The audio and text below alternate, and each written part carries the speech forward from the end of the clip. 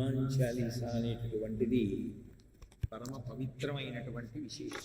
రామచంద్రమూర్తి యొక్క భక్తాగ్రేసరుడైనటువంటి స్వామి హనుమ వైభవాన్నంతటినీ కూడా హనుమాన్ చాలీసా ప్రకాశింపచేస్తుంది. వాల్మీకి మహర్షి శ్రీరామాయణాన్ని లోకానికి అందిస్తే వాల్మీకి మహర్షి యొక్క అంశతో వచ్చినటువంటి వారే గోస్వామి తులసీదాస్ గారు. వారు రామచరిత మానస్ని అట్లాగే హనుమాన్ చాలీసా మొదలైన గ్రంథాలను ఎన్నింటినో జాతికి అందించారు. ఆయన భగవంతుని యొక్క అనుగ్రహము చేత జన్మించినటువంటి ఒక గొప్ప అవతారమనే చెప్పవలసి ఉంటుంది. ఎందుచేత అంటే అందరి వ్యక్తుల యొక్క జీవితం ఎలా ఉంటుందో గోస్వామి తులసీదాస్ గారి యొక్క జీవితం అటువంటిది కాదు. ఆయన జీవితంలో పుట్టుక నుంచి కూడా మిగిలిన వారి కన్నా భిన్నత్వం స్పష్టంగా కనపడుతూ ఉంటుంది. మనం ఆ విషయాన్ని, ఆయన జీవితాన్ని విహంగ వీక్షణంగా ఒక్కసారి పరిశీలనం చేస్తే అద్భుతమైనటువంటి విషయాలు కొన్ని గోచరమవుతాయి. ఆయన ప్రయాగ సమీపాన బాందా అనబడేటటువంటి జిల్లాలో రాజాపురం అనబడేటటువంటి గ్రామంలో జన్మించారు. వాళ్ళ నాన్నగారి పేరు ఆత్మారాం దూబే, తల్లిగారి పేరు హులసీదేవి. ఆత్మారాం దూబే గారు ఎప్పుడూ కూడా అందరితో మాట్లాడుతూ ఆత్మారాముడు ఉన్నాడు, ఆత్మారాముడిని సేవించండి, ఆ ఆత్మారాముడే మనకి ఉత్తమ గతులు కల్పిస్తాడు అంటూ ఉండేవారు. ఆయనకి ఆ ఆత్మారాముడు ఆత్మారాముడు అని ఆయన గురించి చెప్తూ ఉండడం ఒక అలవాటు. అందుకని ఆయన పేరు ఆత్మారాం దూబే అనే పిలవబడింది. ఆ ఆత్మారాం దూబే హులసీదేవి దంపతులకు గోస్వామి తులసీదాస్ గారు కుమారుడిగా జన్మించారు. ఆయన జన్మించినప్పుడు విశేషం ఏమిటి అంటే 12 నెలలు అమ్మగారి కడుపులో ఉండిపోయారు. సర్వసాధారణంగా 9 నెలలకి ప్రసవం అయిపోవాలి. కానీ ఆయన రాముడు ఎట్లా కౌసల్యా గర్భవాసం 12 నెలలు చేశాడో తతశ్చ ద్వాదశే మాసే చైత్రే నవమికి తిథౌ నక్షత్రేది దైవత్యే స్వచ్ఛ సంస్థీషు పంచషు గ్రహీషు కర్కటే లగ్నే వక్పతాం ఇందునా సహ ప్రోద్యమానే జగన్నాథం సర్వలోక నమస్కృతం అని కదా రామాయణంలో. 12 నెలలు కౌసల్యా గర్భవాసం చేసినటువంటి వాడు రామచంద్రమూర్తి. 12 నెలలు తులసీదేవి గారి యొక్క గర్భవాసం చేసినటువంటి వారు తులసీదాస్ గారు. తులసీదాస్ గారు జన్మించినప్పుడు 5 ఏళ్ల పిల్లవాడు ఎంత ఉంటాడో అంత పిల్లవాడు జన్మించాడు. ఇంకా ఆశ్చర్యకరమైన విషయం ఏంటంటే ఆయన పుట్టినప్పుడు ఆయన నోట్లో 32 దంతాలు ఉన్నాయి. పైగా పుడుతూనే అందరూ పిల్లలు ఏడ్చినట్టు ఆయన ఏడవలేదుట. ఆయన రామ్ రామ్ రామ్ రామ్ అంటూ పుట్టారు. పుడితే ఆ చుట్టుపక్కల ఉన్నటువంటి వారందరూ కూడా సహజంగా తండోపతండాలుగా వచ్చి ఈ పిల్లవాడేదో చాలా విచిత్రంగా ఉన్నాడని చూడడం మొదలుపెట్టారు. కొంతమంది ఇది దుశ్శకునం, పిల్లవాడు ఇలా జన్మించకూడదు, నోట్లో పళ్ళతో పుట్టాడు, పైగా పుడుతూనే 5 ఏళ్ల పిల్లాడంతున్నాడు, అందరూ పిల్లలు ఏడ్చినట్టు ఏడవలేదు, కాబట్టి ఈ పిల్లవాడు అందరిలాంటి వాడు కాడు, ఈ పిల్లవాడు ఇక్కడ పుట్టడం అరిష్టానికి సంకేతం, అశుభాలు జరుగుతాయి, కాబట్టి పిల్లవాడు ఇక్కడ ఉండడానికి వీలు లేదు అని నిర్ధారించారు. వాళ్ళందరూ చెప్పినటువంటి మాటలు విని ఆయన భయపడ్డారు. ఆత్మారాం దూబే ఈ పిల్లవాడిని ఇక్కడే ఉంచి పెంచితే ఏ అరిష్టాలు జరుగుతాయో అన్న బెంగతో ఆయన 7వ నాడు పుట్టారు తులసీదాస్ గారు. 7వ నాడు పుడితే 3వ నాడు అంటే దశమి నాడే వాళ్ళ ఇంట్లో పనిచేసేటటువంటి పనిపిల్ల చునియా అనబడేటటువంటి దాసిని పిలిచి ఆ పిల్లవాడిని ఆమెకి ఇచ్చేసి నువ్వు తీసుకెళ్ళి మీ అత్తవారింట్లో వదిలిపెట్టేసే ఈ పిల్లవాడిని అని చెప్పి పంపించేశారు. ఆ పిల్లవాడిని ఆ దాసి తీసుకువెళ్ళిపోయినటువంటి మరునాడే తులసీదాస్ గారికి జన్మనిచ్చినటువంటి హులసీదేవి గారు శరీరత్యాగం చేసేశారు. ఆమె మరణించారు. ఈ పిల్లవాడిని తీసుకెళ్ళి ఈ చునియా వాళ్ళ అత్తవారింట్లో ఉంచింది. అక్కడ ఏదో ఆ పిల్లవాడు పెరుగుతున్నాడు, కానీ ఈ వార్త అంచెలంచెలుగా అన్ని చోట్లకి వెడుతుంది కదూ, ఆ పిల్లవాడి మీద ఆదరభావం తగ్గిపోయింది. ఈలోగా 5.5 సంవత్సరాలు ఆ పిల్లవాడికి వచ్చేటప్పటికీ ఈ పిల్లవాడిని పెంచుదామని తీసుకెళ్ళినటువంటి ఆ చునియా అన్న దాసి కూడా మరణించింది. అబ్బెబ్బే ఈ పిల్లవాడు దురదృష్ట జాతకుడు, ఈ పిల్లవాడితో ఎవరు సంపర్కం పెట్టుకున్నా కూడా వాళ్ళకి అరిష్టం జరుగుతోంది, కాబట్టి ఈ పిల్లవాడిని పట్ల ఆదరభావం చూపించకూడదు అన్న ఉద్దేశ్యంతో ఆయన ఆలన పాలన చూడకుండా వీధులలో విడిచిపెట్టేశారు. కానీ ఆయన ఎంతటి కారణజన్ముడో తెలుసున్న వాళ్ళెవరు? పార్వతీ పరమేశ్వరులకు తెలియాలి. కాబట్టి కైలాసం నుంచి పార్వతీదేవే బయలుదేరి వచ్చి ప్రతిరోజు కూడా ఆ పిల్లవాడు అన్నం తినవలసినటువంటి సమయానికి సాక్షాత్తుగా జగన్మాత అయినటువంటి ఆ పార్వతీదేవే అన్నం పెడుతుండేది. ఆవిడ పెట్టినటువంటి అన్నం తిని ఆ పిల్లవాడు పెరిగి పెద్దవాడు అవుతున్నాడు. ఆ పిల్లవాడు కారణజన్ముడు అని చెప్పి ఎక్కడో ఉత్తర దేశంలో చివరికి హిమవత్పర్వత ప్రాంతం వైపుకి ఉన్నటువంటి ఒక గురువు గారు దివ్యదృష్టి చేత తెలుసుకున్నారు. మళ్ళీ అందరినీ రామనామంలోనూ రామ కథలోనూ ఓలలాడించగలిగినటువంటి వాడు, భక్తి మార్గం వైపుకి తిప్పగలిగినటువంటి వాడు, వాల్మీకి మహర్షి యొక్క అంశతో జన్మించినటువంటి వాడు, కారణజన్ముడైనటువంటి పిల్లవాడు పుట్టి అనాదరణకి గురయ్యాడు. ఇప్పుడు ఆ పిల్లవాడికి జ్ఞాన సంపత్తిని కల్పించాలి. అందుకని తన శిష్యుణ్ణి పిలిచారు. నరహరి ఆనంద ఆ శిష్యుడి పేరు. ఆయనని పిలిచి ఆ ఊరు వెళ్ళి ఆ పిల్లవాడిని చేరతీసి ఉపనయనం చేసి ఆ పిల్లవాడికి ఉపదేశం చేయమని చెప్పారు. చెప్తే ఆయన బయలుదేరి వచ్చి ఈ పిల్లవాడిని వెతికి పట్టుకుని ఈ పిల్లవాడిని అయోధ్యకి తీసుకెళ్ళారు. అయోధ్యకి తీసుకెళ్ళి ఉపనయనం చేశారు. ఉపనయనం చేసి గాయత్రీ మంత్రం ఒక్కసారి చెవిలో చెప్పేటప్పటికి ఎన్నో సంవత్సరాల నుంచి గాయత్రీ మంత్రాన్ని జపం చేసేటటువంటి వ్యక్తికి ఎంత అలవోకగా గాయత్రి సిద్ధిస్తుందో ఆయనకి అంత గొప్పగా సిద్ధించింది. అందులో ఉన్న 24 అక్షరాలకి 24,000 శ్లోకాలుగా శ్రీరామాయణాన్ని రచించినటువంటి మహాపురుషుడైనటువంటి వాల్మీకి అంశతో వచ్చినటువంటి మహానుభావుడికి అటువంటి గాయత్రీ మంత్రం భాషించకుండా ఎలా ఉంటుంది? అందుకని ఆయనకి సహజంగా ఆ గాయత్రీ మంత్రం బాగా వంట పట్టింది. ఆ పిల్లవాడు ఎప్పుడూ రామ్ రామ్ రామ్ రామ్ అంటూనే ఉండేవాడు. ఆయనకి ఉపదేశం చేసిన తర్వాత అప్పటి వరకు ఒక పేరు పెట్టి ఎవరూ పిలవలేదు. గురువుగారు ఎప్పుడూ రామ్ అంటాడు. పుట్టినప్పుడు కూడా అందరి పిల్లలలా ఏడవలా రామ్ అంటూ పుట్టాడు. అందుకని ఈ పిల్లవాడిని రాంబోలా అని పేరు పెడుతున్నారు. అని రాంబోలా అని పేరు పెట్టారు. ఆ పిల్లవాడు అయోధ్యలో పెరిగి పెద్దవాడయ్యాడు. విద్వాంసుల దగ్గరికి వెళ్ళాడు. వేదాంగములన్నీ కూడా ఏకసంధాగ్రాహి, ఒక్కసారి వింటే చాలు వచ్చేసేది. సమస్త శాస్త్రముల యందు ప్రకాండుడయ్యాడు. రత్నావళి అనబడేటటువంటి పిల్లనిచ్చి వివాహం చేశారు. ఎంతో సంతోషంగా గృహస్థాశ్రమం నడిచిపోతుంది. కానీ అలా నడిచిపోతే ఆ జీవితంలో ఒక పెను మలుపు ఎలా తిరుగుతుంది? ఎక్కడో ఒక పెను మలుపు తిప్పాలి పరదేవత. ఆవిడ ఎందుకు తిప్పుతుంది? ఆవిడికే తెలియాలి. అందుకని ఒక విచిత్రమైనటువంటి సంఘటన జరిగింది. ఒకానొక నాడు ఈ తులసీదాస్ గారి భార్య రత్నావళిని ఆమె సోదరుడు వచ్చి పుట్టినింటికి తీసుకెళ్ళాడు. ఈయన పాదుషా గారి కొలువులో పనిచేస్తుండేవారు, పురాణ ప్రవచనం చేస్తుండేవారు. తిరిగి ఇంటికి వచ్చి భార్య కోసం చూశాడు. ఆమె కనపడలేదు. ఆమె కోసమని చెప్పి మంచి వరదలలో ఉన్నటువంటి నదిని ఈది అవతల ఒడ్డుకి వెళ్ళి అందరూ నిద్రపోతూ ఆ వర్షంలో పిలిచినా పలకకపోతే ఆయన ఆ పట్టుకుని ఉన్నటువంటి ఒక భయంకరమైనటువంటి సర్పం, అది ఒక జాతి సర్పం.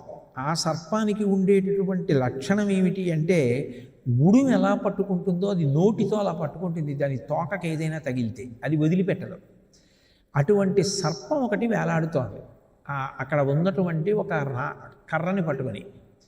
ఈయన వెళ్ళి అది తాడనుకుని మేడ మీద భార్య ఉంది ఆమెని చేరుకుందామని చెప్పి దాని తోక పట్టుకున్నారు. అది తాడనుకున్నారు. ఎవరైనా అలా పట్టుకుంటే ఆ పాము నోటితో కరిచి పట్టుకుంటుంది. అదొక ప్రత్యేకమైన జాతి సర్పం. దాని పేరు కూడా ప్రస్తావించారు ఆయన జీవిత చరిత్రలో.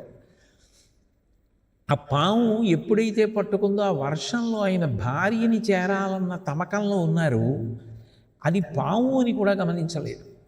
దాన్ని గట్టిగా పట్టుకుని ఎక్కుతూ ఉంటే ఆయన గోళ్ల చేత చెనకపడి దాంట్లోంచి వచ్చినటువంటి రక్తం ఆయన మీద పడింది. అయినా చూసుకోకుండా పావుని పట్టుకుని ఆ పై వరకు ఎక్కేసి మేడ మీద దూకి భార్య పడుకున్నటువంటి గది దగ్గరికి వెళ్ళి తలుపు తట్టారు. ఆమె పైకొచ్చి చూసి ఆశ్చర్యపోయింది. ఇంత గాలి వాన, నది వరదల్లో ఉంది, ఎట్లా వచ్చారు ఇంత తడిచి ముద్దయిపోయి? ఇంత ఆర్తిగా నా కోసం వచ్చారా అంటే, నాకు నీ యొక్క పొందు కావలసి ఉంది, దాని కొరకు అని చెప్పి నేను ఉద్వేగాన్ని పొంది ఇంత దూరం పరిగెత్తుకొచ్చాను అని ఆయన ఎంతో సంతోషంగా గదిలోకి వెళ్ళబోతున్నారు. ఆయన కట్టుకున్న బట్టల మీద పడి ఉన్నటువంటి నెత్తురు చూసింది ఆవిడ. ఆవిడ ఆశ్చర్యపోయింది. ఒకానొకనాడు ఎంతో ప్రయత్నం చేసి జీవితంలో పైకొచ్చినటువంటి దేవతలు, రాక్షసులు క్షీరసాగర మథనం చేసి అమృతోత్పాదనం చేశారు. తీరా అమృతం పంచుకునే సమయానికి మోహిని వైపుకి ఆకర్షింపబడ్డారు రాక్షసులు. ఆ కామం చేత భ్రష్టులైపోయి అమృతాన్ని పోగొట్టుకున్నారు. అట్లాగే విశ్వామిత్రుడు ఎన్నో పర్యాయాలు గొప్ప తపస్సు చేసి కామానికి వశపడి తన తపస్సుని పోగొట్టుకున్నాడు. అట్లాగే సుందోపసుందులు వాళ్ళిద్దరూ ఒక్క వనిత కోసం అన్నదమ్ములు అయ్యుండి కూడా దెబ్బలాడుకుని మరణించారు. చంద్రుడు కేవలము ఒక భార్య యందు మాత్రమే అనురక్తిని ప్రకటించినటువంటి కారణం చేత పక్షపాత దోషం పొందినటువంటి హేతువుగా మామగారు శపిస్తే శాపానికి గురయ్యాడు. రావణాసురుడు స్త్రీ పట్ల ఉన్నటువంటి కాముకత్వంతో ఎంత పతనమైపోయాడో మీకు తెలుసు. అంత గొప్ప కీచకుడు ద్రౌపదిని ఆశించి నశించిపోయాడు. ఇందులో కొందరు పరకాంతలను ఆశించిన వాళ్ళు అయి ఉండవచ్చు, కానీ పురుషుడికి కామము బహుచెడ్డది. మీకు నా పట్ల కలిగినటువంటి ఈ కామానికి ఇంత కష్టపడి వరదలలో ఉన్న నది దాటి పావుని కూడా చూడకుండా నేను దీపం పట్టుకుని వెళ్ళి చూస్తే అక్కడ పావు ఉంది. మీరు పావుని పట్టుకుని పైకొచ్చి నా తలుపు తట్టారే, మీకు నా మీద ఉన్న అనురక్తిలో 16వ వంతు రామచంద్రమూర్తి యొక్క పాదముల మీద ఉంటే మీరు ఎంత సత్పురుషులయ్యి ఉండేవారు. ఆ కామాన్ని జయించిన వారు కదా మహాత్ములయ్యారు. అక్కడ కదా పరదేవత పెట్టిన పరీక్షలో నెగ్గాలి. భీష్మాచార్యుల వారు కామానికి లొంగలేదు, ఆజన్మ బ్రహ్మచారిగా ఉంటానని ప్రతిజ్ఞ చేశాడు. అందుకు కదా ప్రాతస్మరణీయుడయ్యాడు. అంపశయ్య మీద పడుకుని ఉంటే, నెత్తురంతా కారిపోయి ఉంటే, అంత ఒళ్ళు నిప్పులతో ఉంటే, అన్నం కూడా తినకుండా ఉంటే కృష్ణ పరమాత్మ వచ్చి నువ్వే ధర్మాలన్నీ చెప్పాలి, నీకు నొప్పి తెలియకుండా వాక్కుకి దోషం రాకుండా వరమిస్తున్నానని చెప్పి శక్తినిచ్చి పలికించారు కదా. కామానికి దూరంగా నిలబడిన భీష్ముడు ఎంత గొప్పవాడయ్యాడు. అర్జునుడు ఊర్వశి కోరి వచ్చినా కూడా తిరస్కరించి ఎంతటి మహానుభావుడయ్యాడు.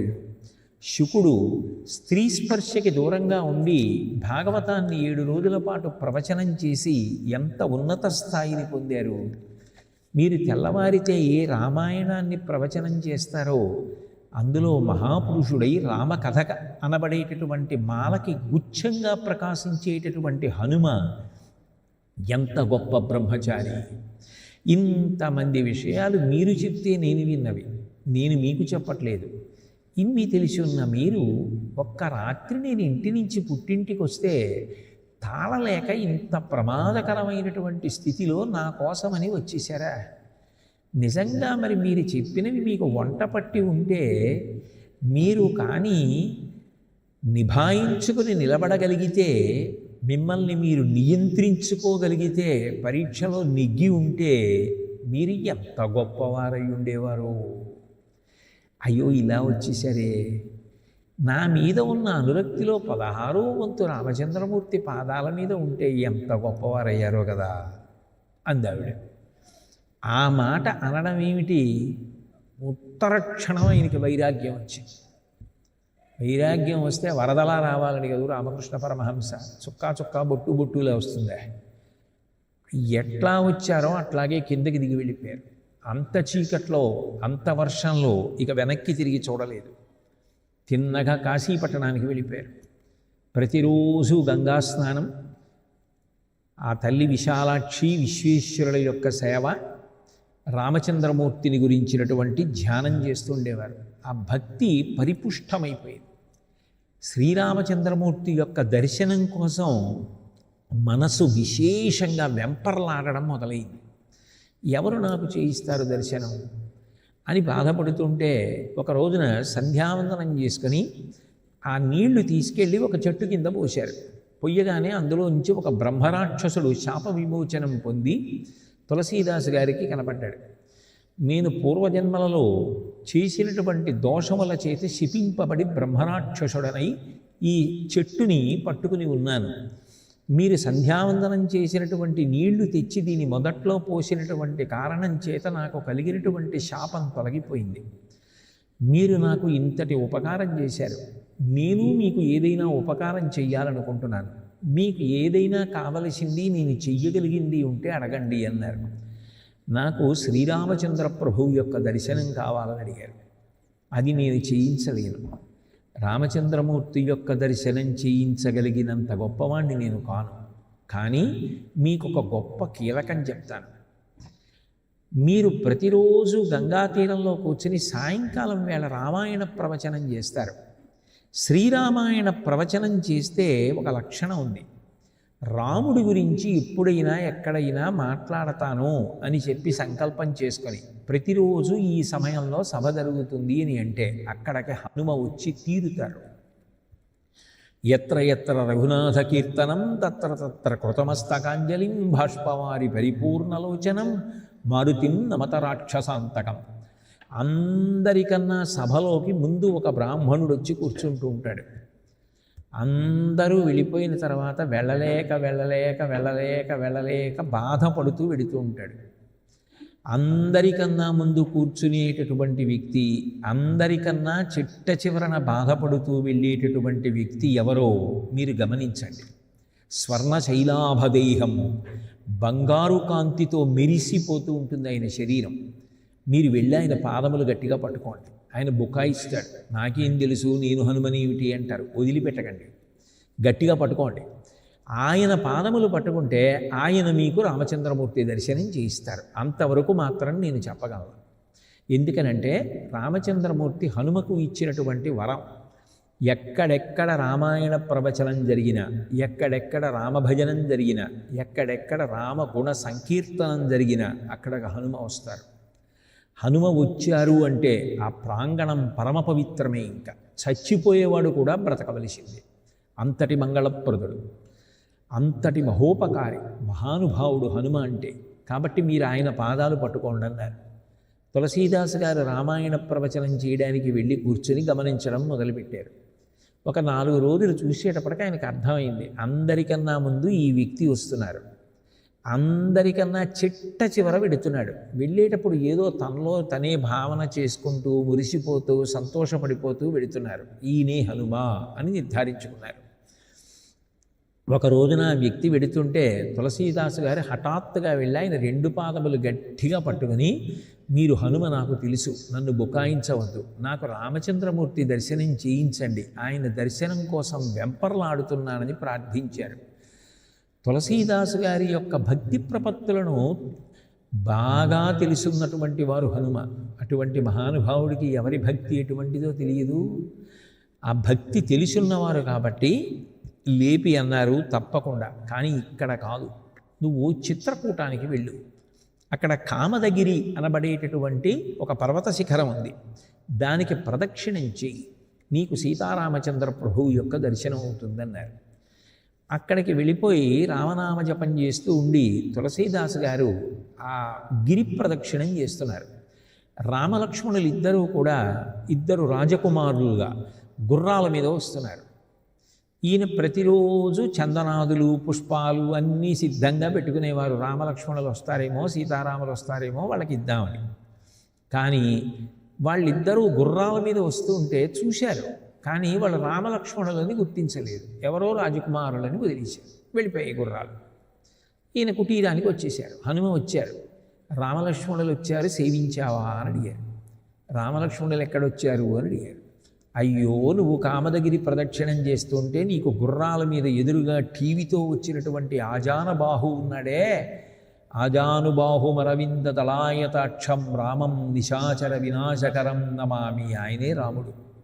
పక్కన ఎర్రగా వెలిగిపోయాడే, ఆయనే లక్ష్మణస్వామి. నువ్వు గమనించలేదు, వెళ్ళిపోయారు. బెంగపెట్టుకోకు, మళ్ళీ వస్తారు. కాబట్టి ఈసారి చాలా జాగ్రత్తగా పరాకుగా ఉండన్నారు. తులసీదాసు గారి కుటీరంలో కూర్చుని చందనం తీసి, చందనాలంకారం చాలా గొప్పది కదా పరమేశ్వరుడికి, చందనాన్ని తీసి ఆ చందనమంతా ఒక పాత్రలో పెట్టుకుంటున్నారు.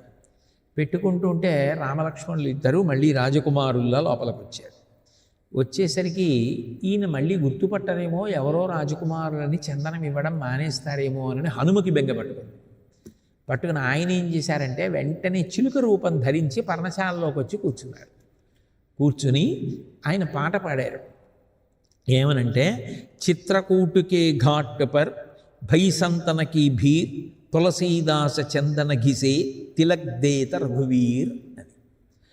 ఆయన ఈ మాట చెప్తుండగానే తులసీదాసు గారు తీసినటువంటి చందనాన్ని స్వీకరించడానికి రామలక్ష్మణులు ఇద్దరూ కూడా రాజకుమారుల రూపంలో తులసీదాసు గారు ఉన్న కుటీరంలోకి ప్రవేశిస్తున్నారు అని పాట పాడుతుండగానే తులసీదాస్ గారు ఇలా తలెత్తి చూశారు.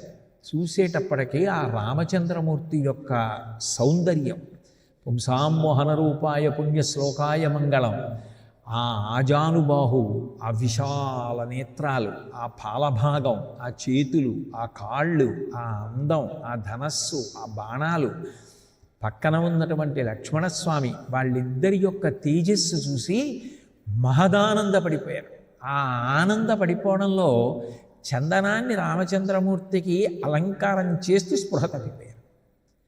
స్పృహ తప్పిపోతే రామచంద్రమూర్తి ఎంత భక్తపరాధీనుడంటే, గోస్వామి తులసీదాసు గారు తన కొరకు తీసినటువంటి చందనాన్ని తన చేత్తో తానే తులసీదాసు గారికి బొట్టు పెట్టి అలంకారం చేశారు.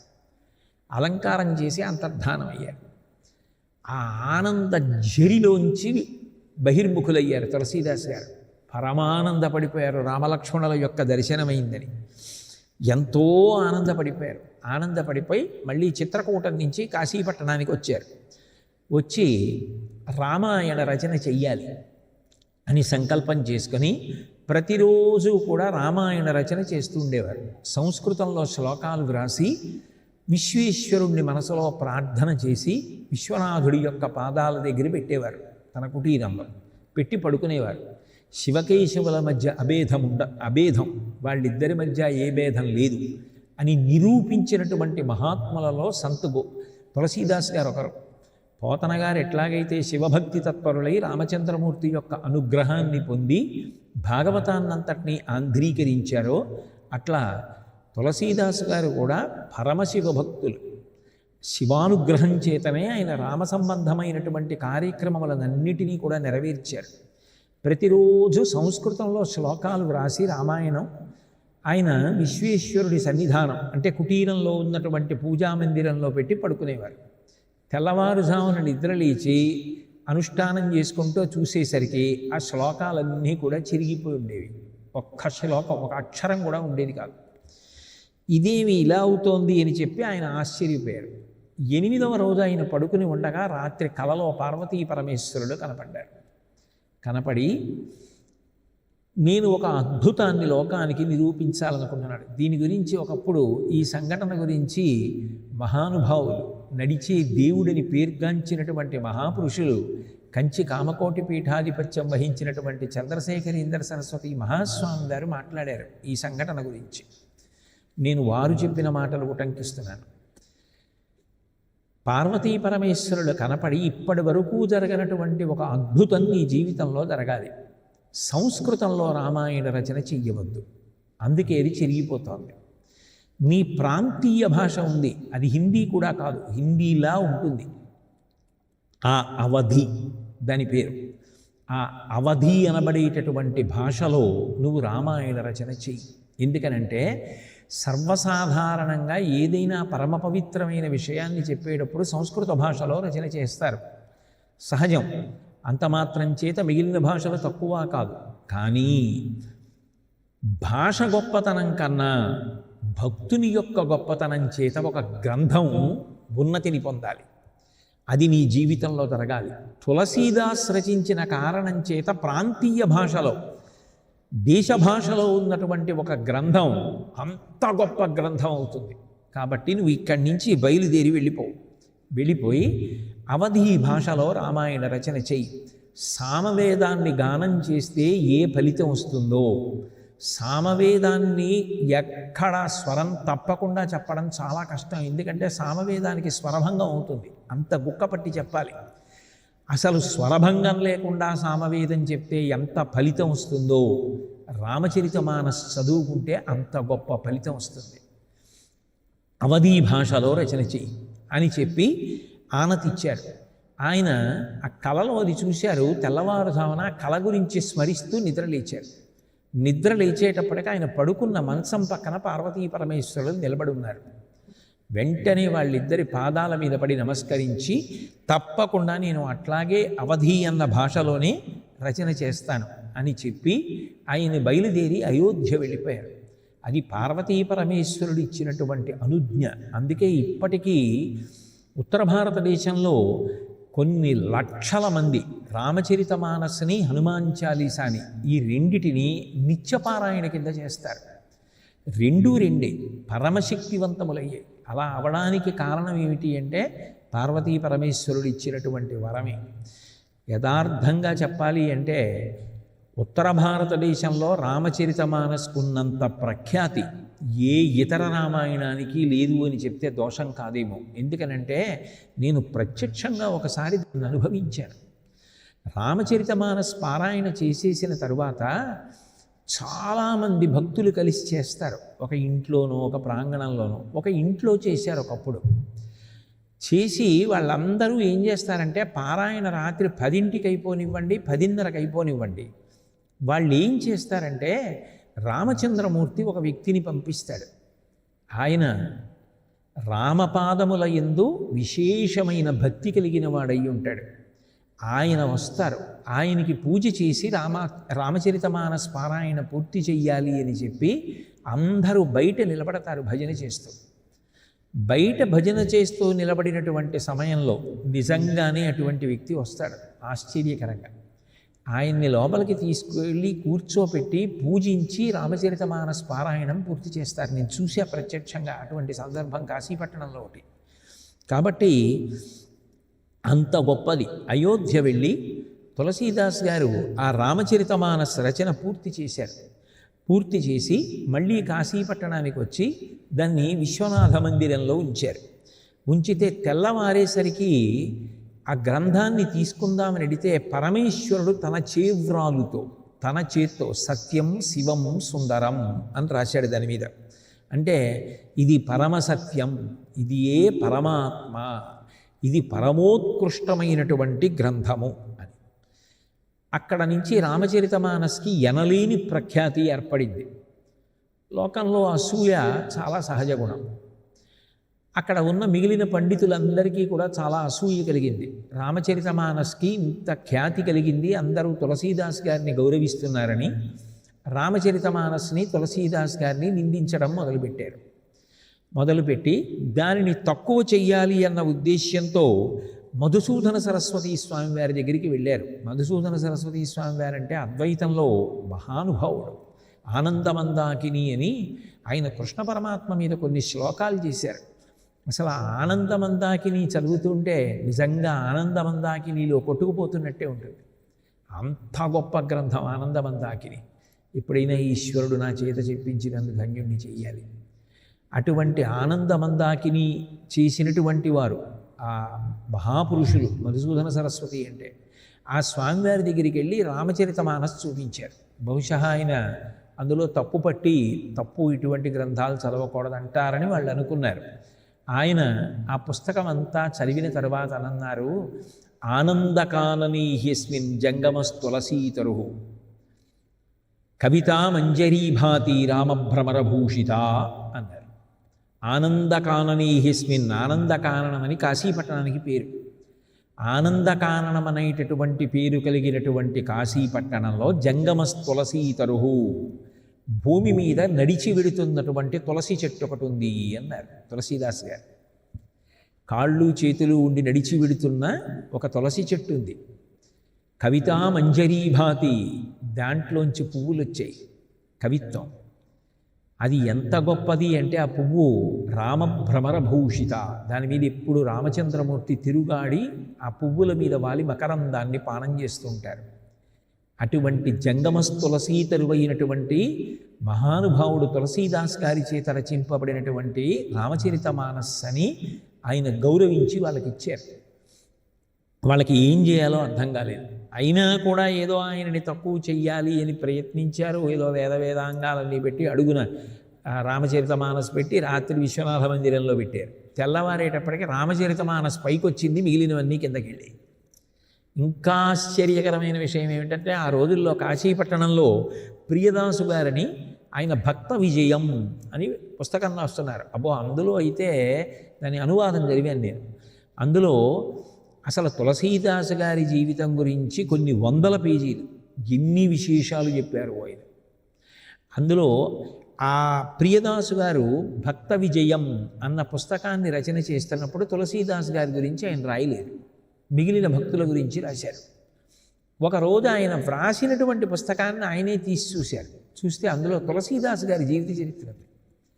ఆయన ఆశ్చర్యపోయారు, ఇది ఎవరు రాశారా అనుకున్నారు. అప్పుడు రామచంద్రమూర్తి చెప్పాడు, తులసీదాస్ కారణజన్ముడు, పరమ భాగవతోత్తముడు, తులసీదాస్ కథ నేనే వ్రాశానన్నారు. రామచంద్రమూర్తి గురించి తులసీదాస్ గారు వ్రాస్తే తులసీదాస్ గారి జీవిత చరిత్రని రామచంద్రమూర్తి వ్రాశాడు. వ్రాసి ఆ భక్త విజయంలోకి ప్రవేశపెట్టాడు. అంతటి మహానుభావులు వారే రామచరితమానస్ చేసినప్పుడు సుందరకాండకి ప్రార్థనా శ్లోకాలు చేశారు. ఆ ప్రార్థనా శ్లోకాలు మాత్రం సంస్కృతంలో చేశారు. ప్రతి కాండకి చేశారు. ప్రతి కాండకి కూడా సంస్కృతంలో శ్లోకాలు ఉంటాయి. అవి సీతారాముల మీదే కాదు, పార్వతీ పరమేశ్వరుల మీద కూడా చేశారు. అందులో ఉన్నటువంటి ప్రార్థనా శ్లోకాల్లో రెండో శ్లోకం, అతులిత బలధామం స్వర్ణశైలాభదేహం ధనుజవన కృశానం జ్ఞానినామగ్రగణ్యం సకల గుణ నిధానం వానరాణామధీశం రఘుపతి వరదూతం వాతజాతం నమామి.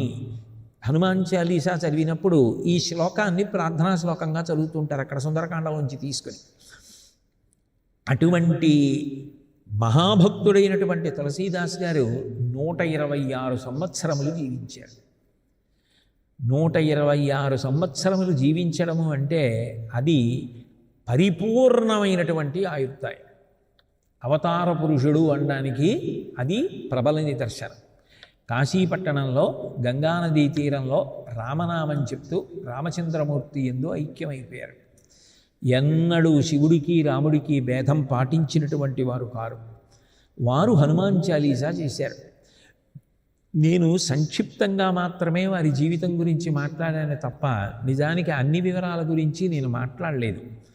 ఒకప్పుడు ఆయన వైధవ్యం పొందినటువంటి ఒక స్త్రీని ఆశీర్వచనం చేశారు. అది సౌభాగ్యప్రదంగా ఉంది. ఆవిడ ఏడ్చింది, నాకు సౌభాగ్యం ఎక్కడిది అని.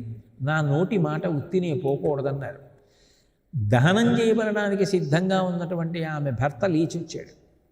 ఇది ఆ నోట ఈ నోట ఆ నోట ఈ నోట అందరికీ తెలిసింది.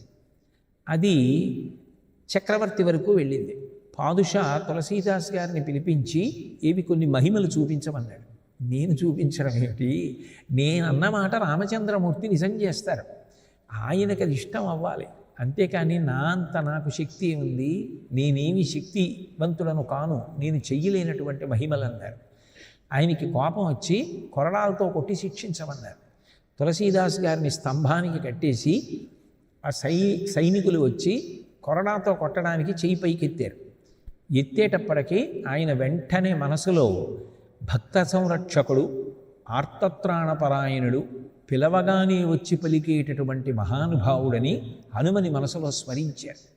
స్మరించేటప్పటికీ పెద్ద పెద్ద కోతులు ఎక్కడి నుంచి వచ్చాయో తెలియదు, అంతఃపురం అంతా నిండిపోయి ప్రతి భటుడి పక్కన 2 వానరాలు చప్పున ఉన్నాయి. అన్ని వానరాల్ని చూసి వణికిపోయారు. అప్పుడు తులసీదాస్ గారు ఈ హనుమాన్ చాలీసా చేశారు అని చెప్పి లోకంలో ప్రఖ్యాతి అయినటువంటి కథ ఒకటి ఉంది.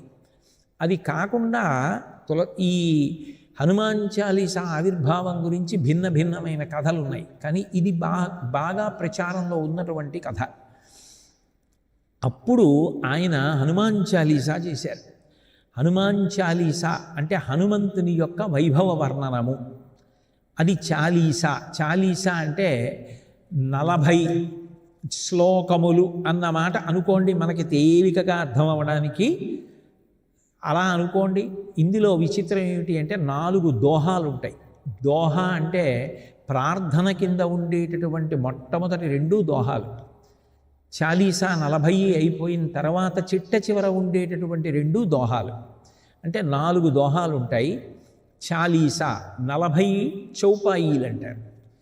చౌపాయి అంటే శ్లోకం అనుకోండి, మీకు తేలిగ్గా అర్థం అవడానికి. చౌపాయి దోహ 2 చాలీసా అంతా పూర్తయిపోయిన తర్వాత మంగళాచరణంగా చెప్తారు. మొట్టమొదట్లో 2 కూడా ప్రార్థనా శ్లోకాల కింద, దోహాల కింద చెప్పారు.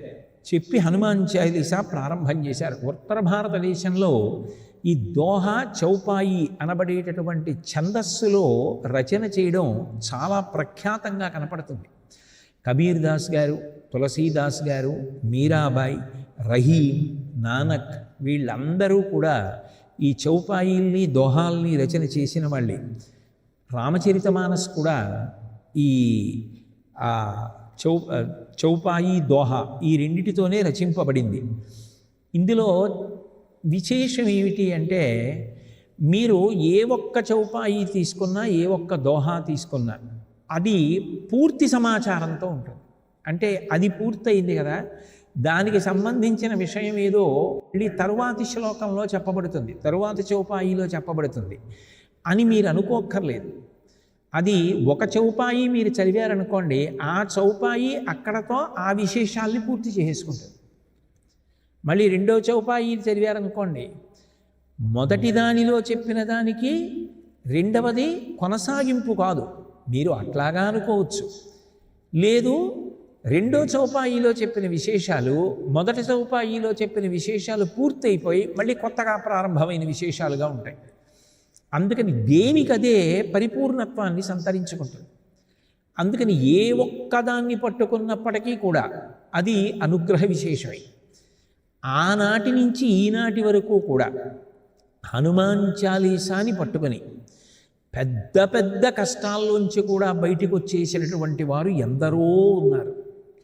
హనుమాన్ చాలీసా పారాయణ చేసి మేము ఇంత గొప్ప గొప్ప ఫలితాలు పొందాము అని చెప్పినటువంటి వాళ్ళు వ్యక్తిగతంగా నాకు జీవితంలో ఎందరో తెలుసు. కానీ వ్యక్తిగతమైనటువంటి అనుభవాలు వేదికల మీద చెప్పడం అనేటటువంటి దానికి దూరంగా ఉండే అలవాటు ఉన్నవాడిని కాబట్టి దాని గురించి చెప్పడానికి నేను ఇష్టపడలేదు. కానీ హనుమాన్ చాలీసా అనేటటువంటిది అంత శక్తివంతం. పైగా ఇది దేశ భాషలో ఉన్న కారణం చేత అందరూ కూడా చదువుకోవడానికి అత్యంత అనుకూలంగాను వీలుగాను ఉంటుంది. అందులో ప్రారంభం చేసేటప్పుడు మనం రామచరితమానస్ సుందరకాండలో సంస్కృతంలో రచించినటువంటి శ్లోకం తులసీదాస్ గారు ఏది ఉందో ఆ శ్లోకాన్ని తీసుకొచ్చి ప్రార్థనా శ్లోకంగా కలుపుకుంటాం. అతులిత వలధామం అన్నది కొందరు గోష్పదీకృత వారాసిం దగ్గర నుంచి చదువుతారు. కానీ తులసీదాస్ గారు హనుమాన్ చాలీసా చేసినప్పుడు మాత్రం ప్రార్థనగా ప్రారంభించినటువంటి దోహ ఏది అంటే శ్రీ గురుచరణ సరోజ రజ నిజమన ముకుర సుధారి వరణవు రఘువర విమల యశ జోదాయక ఫలచారి అని మొదలుపెట్టారు. బహుశः ఈ మాట వేసినటువంటి వాళ్ళు నాకు తులసీదాస్ గారు తప్ప ఇంకెవరూ కనపడలేదు ఎప్పుడు. ఇంత గొప్ప మాటతో ప్రారంభం చేయడం తులసీదాస్ గారికే చెల్లింది. అది వారి గురుభక్తికి నిలువెత్తు నిదర్శనం. ఆయన అన్నారు, శ్రీ గురు చరణ సరోజ రజ నిజ మన ముకుర సుధారి అన్నారు. నా మనసు అనే అద్దం ఉంది. ఈ అద్దం ఎలా ఉండాలి? నిర్మలంగా ఉండాలి, ఏ ధూళి లేకుండా ఉండాలి. అద్దం ఏం చేయాలి? ఎప్పుడు ఎదురుగుండా ఉన్న వస్తువేదో దాన్నే యథార్థంగా చూపించాలి. అద్దానికి రాగద్వేషాలు ఉండకూడదు. అద్దం ఎదురుగుండా ఉన్నది ఒకటైతే అబ్బెబ్బే నాకు అది ఇష్టం లేదండి, నాకు ఇష్టమైంది ఇంకోటి ఉందనేది చూపించకూడదు. అద్దం అంటే ఏమిటి? ఏది ఎదురుగుండా ఉందో దాన్నే చూపిస్తుంది. దర్పణ సేవ అని పూజలోనూ దేవాలయాల్లోనూ చేయిస్తారు ఉత్సవాలు చేసినప్పుడు. దర్పణ సేవ చాలా ప్రధానమైనటువంటి సేవ. ఎందుకని అంటే మూర్తిని దర్పణంలో దర్శనం చేస్తారు ఆఖరణ. ఎందుకు దర్శనం చేయడం అంటే ఈ మూర్తిని అద్దం ఎలా చూపించిందో నువ్వు కూడా కళ్ళు మూసుకున్నప్పుడు అలా మళ్ళీ నువ్వు పూజ చేసిన మూర్తిని చూడగలగాలి. అద్దం పట్టుకున్నట్టు నీ మనసు పట్టుకోవాలి. నీ మనసు అద్దం కావాలి. ఆ అద్దంలో ఏది ప్రతిఫలించాలి అంటే నామరూపాత్మకముగా ఉన్నటువంటి జగద్రూపమైన రాముడు ప్రతిఫలించాలి. నామరూపాత్మకంగా కాదు, మనసన్న అద్దంలో కనపడవలసింది. నామరూపాత్మకంగా ఉన్నటువంటి జగద్రూపంగా ఉన్న రాముడు కనపడుతూ ఉండాలి. అంతటా రాముడే, అంతటా రాముడే అన్న భావన కలగాలి. కానీ నాకు ఆ భావన కలగట్లేదు.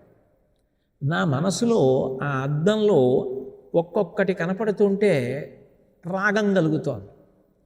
ఈ వస్తువు పట్ల నాకు ప్రీతి, ఇదంటే నాకు చాలా ప్రేమ, ఇది నాకు చాలా ఇష్టం అని మనసు పొంగుతోంది. కొన్ని కనపడితే మనసు కుంగుతోంది, వికర్షణ పొందుతోంది. వీళ్ళ అంటోంది. అంటే మనసులా ఉండట్లేదు, దానికి రాగద్వేషాలతో ఉంది తప్ప యథార్థ దర్శనం ఆ మనసు చేయించట్లేదు. ఎందుకు అలా చేయించట్లా అంటే అది మురికి పట్టింది. ఏ మురికి పట్టింది అంటే రాగద్వేషాలనేటటువంటి మురికి పట్టేసింది. పట్టేసిన కారణం చేత రాముడు కనపట్టలేదు ఆ మనసులో. ఇప్పుడు ఈ అద్దాన్ని తొడవాలి అంటే మెత్తటి బట్టో నీళ్ళు ఏవో తీసుకొచ్చి కడిగితే పోయే మాలిన్యం కాదది. ఆ మాలిన్యాన్ని కడగడానికి ఈ సృష్టి మొత్తం మీద ఒక్క పదార్థం ఉంది. ఆ పదార్థం ఒక్క రేణు తీసుకొచ్చి అద్దం మీద ఇలా వేస్తే ఆ పట్టినటువంటి మాలిన్యం అంతా పోయి అందులో రాగద్వేషాలతో కనపడకుండా జగత్తు రాముడిగా కనపడుతుంది. అలా కనపడాలంటే ఆ పదార్థం దొరకాలి. ఏమిటి ఆ పదార్థం అంటే శ్రీ గురు చరణ సరోజ రజ. మా గురువుగారి పాదములు అరికాళ్లకు అంటుకున్నటువంటి ధూళిలో ఒక్క రేణువు నాకు దొరికితే చాలు. ఆ రేణువు దొరికిందా, అది కానీ నా మనసన్న అద్దం మీద వేశానా, నాకు ఈ జగమంతా రామమయం. అప్పుడు నాకు ఇంకా జగత్తుగా కనపడదు. నా మనస్సన్న దర్పణంలో నాకు అంతా రామమయంగా కనపడుతుంది. ఎంత గొప్ప మంగళాచరణం అండి! శ్రీ గురుభ్యో నమః అనడం కాదు, ఎంత గొప్పగా గురువైభవాన్ని ప్రస్తుతి చేస్తున్నారో చూడండి. కాబట్టి నాకు ఆ గురువుగారి పాదములకు అంటుకున్నటువంటి ధూళిలో ఒక్క కణం ఈ మనసు మీద పడిందా అంతే, ఇది పవిత్రమైపోయింది. దీనికి రాముడే కనపడతాడు.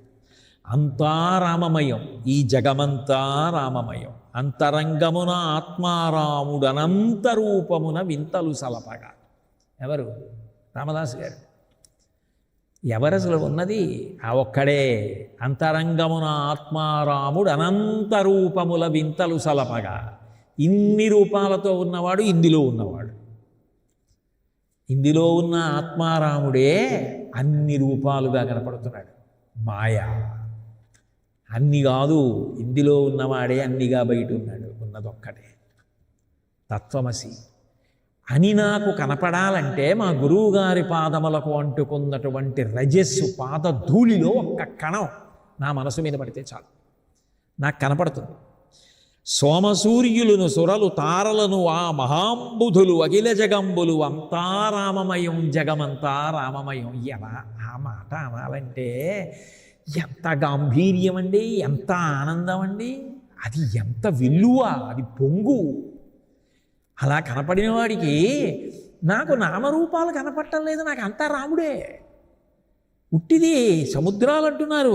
సోమసూర్యులను, సూర్యుడు, చంద్రుడు, సురలు, తారలు, దేవతలు, నక్షత్రాలు, ఆ మహాంబుధులు, ఆ సముద్రాలు, అఖిల జగంబులు, సమస్త జగత్తులు అంతా రామమయం, జగమంతా రామమయం.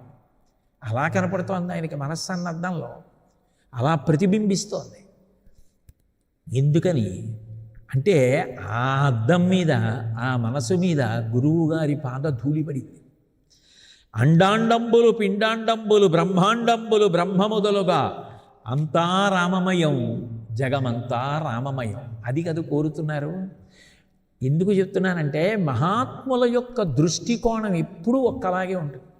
ఉత్తరాన తులసీదాస్ గారు పాడినివ్వండి, దక్షిణాన రామదాస్ గారు పాడినివ్వండి, ఇద్దరు మహాత్ముల యొక్క అభిప్రాయం మాత్రం ఒక్కలాగే ఉంటుంది. ఆ స్థాయికి విడిపోయినటువంటి వారి అభిప్రాయాలలో భేదాలు ఉండవు, ఎప్పుడు అదే మాట్లాడతారు. నదులు వనంబులు నానా మృగములు విదిత కర్మములు వేదశాస్త్రములు అష్టదిక్కులను ఆదిశేషుడును అష్టవసువులను అరిషడ్వర్గము అంతా రామమయం. ఆఖరికి అరిషడ్వర్గము కూడా, ఇది అది ఏం లేదు, అరిషడ్వర్గాలు కూడా రామమయమే. అయిపోతే ఏమవుతుంది అప్పుడు? అది అరిషడ్వర్గం అవుతుందా? కామము ఈశ్వర కామమైపోతుంది, క్రోధము మీద క్రోధం అయిపోతుంది, లోభము తనను తాను ద్వేషించుకునే లోభం అయిపోతుంది. కట్టుకుపోతానా? అందుకు గదు తులసీదాస్ గారు ఓ రోజున కుటీరంలో ఉంటే దొంగలు పడ్డారు. ఏముంటే ఆ ఇంట్లో ఆ పర్ణశాలలో ఏదో కమండలం అవి ఇవి ఉన్నాయి, అవి మూట కట్టుకుని బయటికి పోదామని మళ్ళీ కన్నంలోంచి తలపైకి ఎట్టాడు. అది తులసీదాస్ గారి పర్ణశాల, దొంగతనం జీవిస్తారా? రామలక్ష్మణులు ఇద్దరు బయట ధనస్సులు పట్టుకొని కత్తులు నడుం నుంచి తీసి పట్టుకుని నించున్నారు. వాడు తలపైకెట్టి పైకి చూశాడు, ముందు పాదాలు కనబడ్డాయి, ఆ పైకి చూశాడు, ఆశ్చర్యపోయాడు. ఆ దివ్యమంగళమూర్తుల్ని చూసి లోపలికి వచ్చేసాడు. మళ్ళీ లోపల పెట్టి కూర్చున్నాడు. వెళ్ళిపోయి ఉంటారులే అనుకుని మళ్ళీ తలపైకి ఎట్టాడు, అలాగే నించున్నారు. తెల్లవారిపోయింది. తులసీదాస్ గారు లేచిపోయారు. వీడి మూట వీడు అలాగే ఉన్నారు. తులసీదాస్ గారు లేచి, ఎవరు నువ్వు అన్నారు. నేను దొంగనన్నాడు. మరి ఎందుకు కూర్చున్నావు, అన్నీ కట్టేసుకున్నావు కదా, మూట తీసుకుపోయావా అన్నారు. ఆ పాటి తెలివితేటలు నాకు లేక కాదు, నేను వెళ్ళిపోదామని అనుకున్నాను.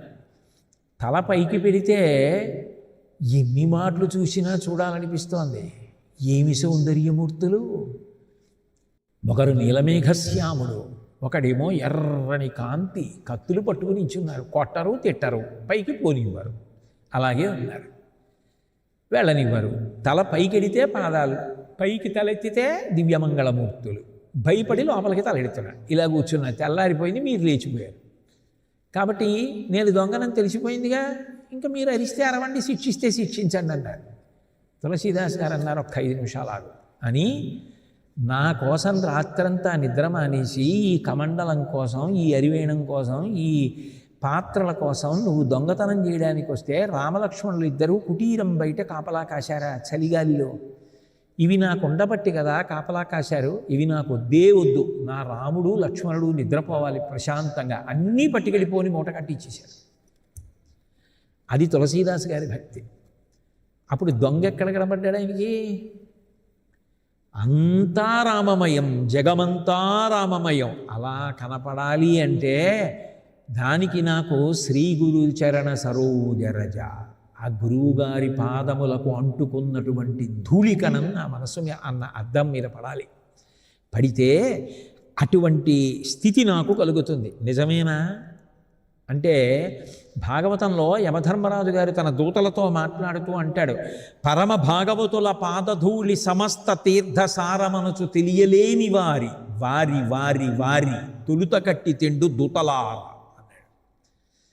అసలు తెలుసుకోవలసిన రహస్యం ఏమిటో తెలుసా? పరమ భాగవతుల పాదధూళి. పరమ భాగవతోత్తములు ఉంటారే, వాళ్ళ పాదములకు అంటుకుంటున్నటువంటి మట్టి యందు సమస్త తీర్థముల యొక్క సారము ప్రవేశిస్తుంది. ఆ ధూళి తల మీద ఒక్క కణం వేసుకుంటే సమస్త తీర్థముల యందు స్నానం చేసినట్టే. అటువంటి భాగవతోత్తములు రావాళ్ళు, వాళ్ళ పాదములకు అంటుకున్న ధూళి కణానికి అంత శక్తి ఉంటుంది, అంత పవిత్రమూర్తులు వాళ్ళు. వాళ్ళ పాదాలకి అంటుకున్న ఒక ధూళి కణంలోకి సమస్త తీర్థముల సారం చేరుతోందని తెలుసుకోలేక వాళ్ళని కూడా సామాన్యులుగా భావన చేసిన వాళ్ళు ఉన్నారే, వాళ్ళని వారి వారి వారి వాళ్ళతో చేరిన వాళ్ళు, వాళ్ళతో చేరిన వాళ్ళు, అక్కడున్న వాళ్ళతో చేరిన వాళ్ళు వీళ్ళే గారు. చేరిన వారి తెలియలేని వారి. అసలు అంత గొప్పవి ఆ పాదాలు, అంత గొప్పదా పాదధూళిని తెలుసుకోలేకపోయిన వాళ్ళు ఉన్నారే, వారి చేరిన వారి, ఆ తెలుసుకోలేకపోయిన వాళ్ళతో చేరి తిరుగుతున్న వాళ్ళు ఉన్నారే, వాళ్ళని తొలుత కట్టి తెండు దూతలారా, వాళ్ళని ముందట్టుకొచ్చేయండి. వాళ్ళ పాద ధూళిలో సమస్త తీర్థములు ఉన్నాయని తెలుసుకున్న వాళ్ళు ఉన్నారే, వాళ్ళ జోలికి వెళ్ళకండి.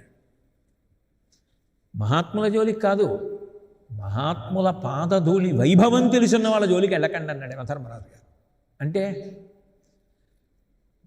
భాగవతంలో వ్యాస భగవానుడంతటి వాడు నిర్ధారించినటువంటి విషయం అజామిలోపాఖ్యానంలో పోతన గారు ఆంధ్రీకరించింది.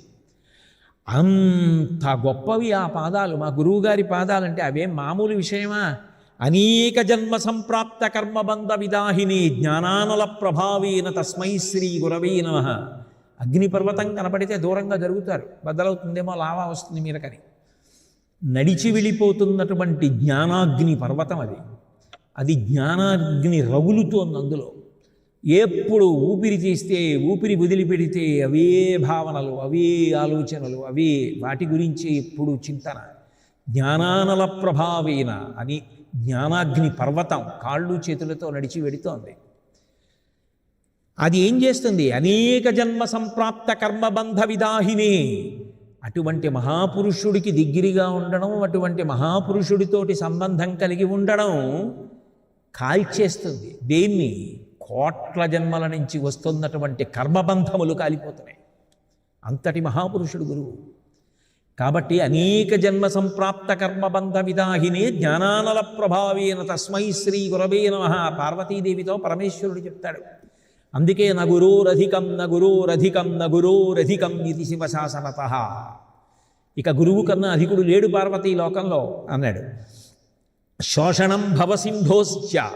సంసార సాగరం ఎండిపోయేటట్టు చేయగలిగిన వాడు గురువు ఒక్కడే. గురువాక్యం మీద ఎవరికి విశ్వాసం ఉందో వాళ్ళకి భవసాగరం ఇంకిపోయింది. దీపనం క్షర సంపదాం. గురువు యొక్క అనుగ్రహం పొందినటువంటి వాడికి గ్రహస్థితులతో సంబంధం లేదు.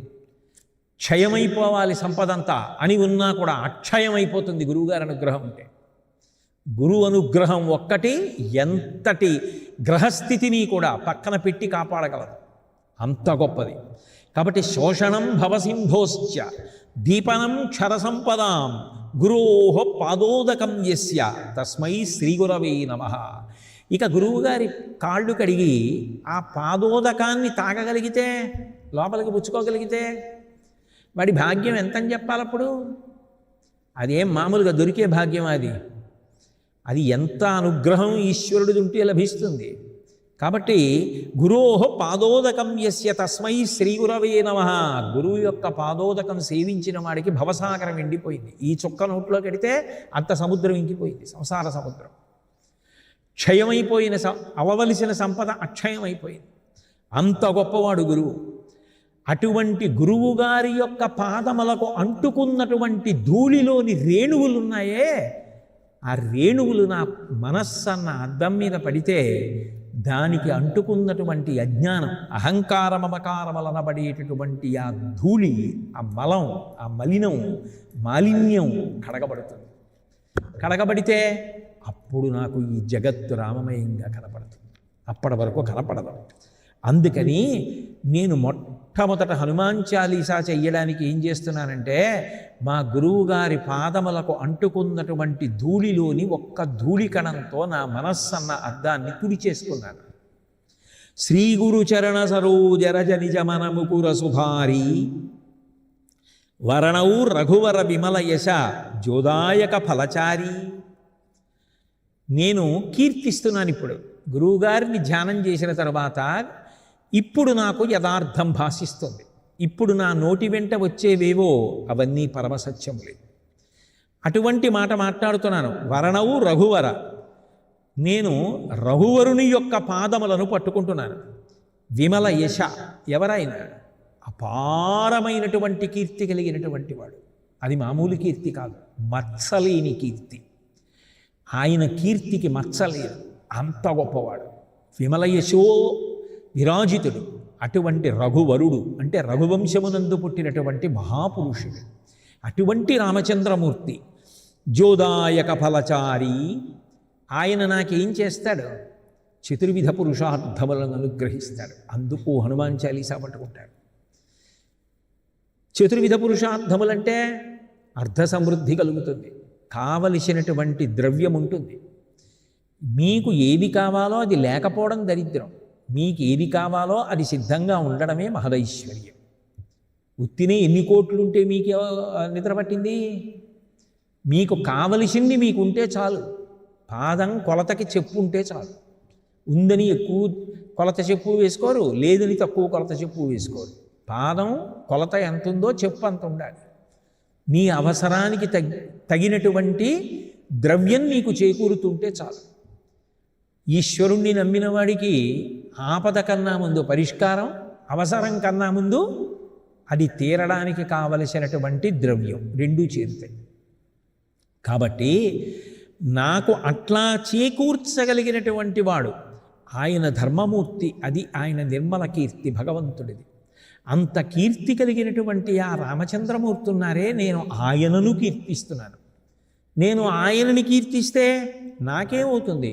జోదాయక ఫలచారి, అర్థము ధర్మము చేత ముడిపడుతుంది, కామము ధర్మము చేత ముడిపడుతుంది, మోక్షము సునాయాసంగా లభిస్తుంది. కాబట్టి చతుర్విధ పురుషార్థ ప్రదాత అయినటువంటి రామచంద్రమూర్తిని కీర్తిస్తున్నాను. అయితే ఇక్కడ సహజంగా ఓ అనుమానం వస్తుంది. ఏమంటే అది హనుమాన్ చాలీసా కదా, ఆయన హనుమని కదా స్మరించారు, హనుమని కదా కీర్తించాలి, మరి ఆ మాట అంటలేదే.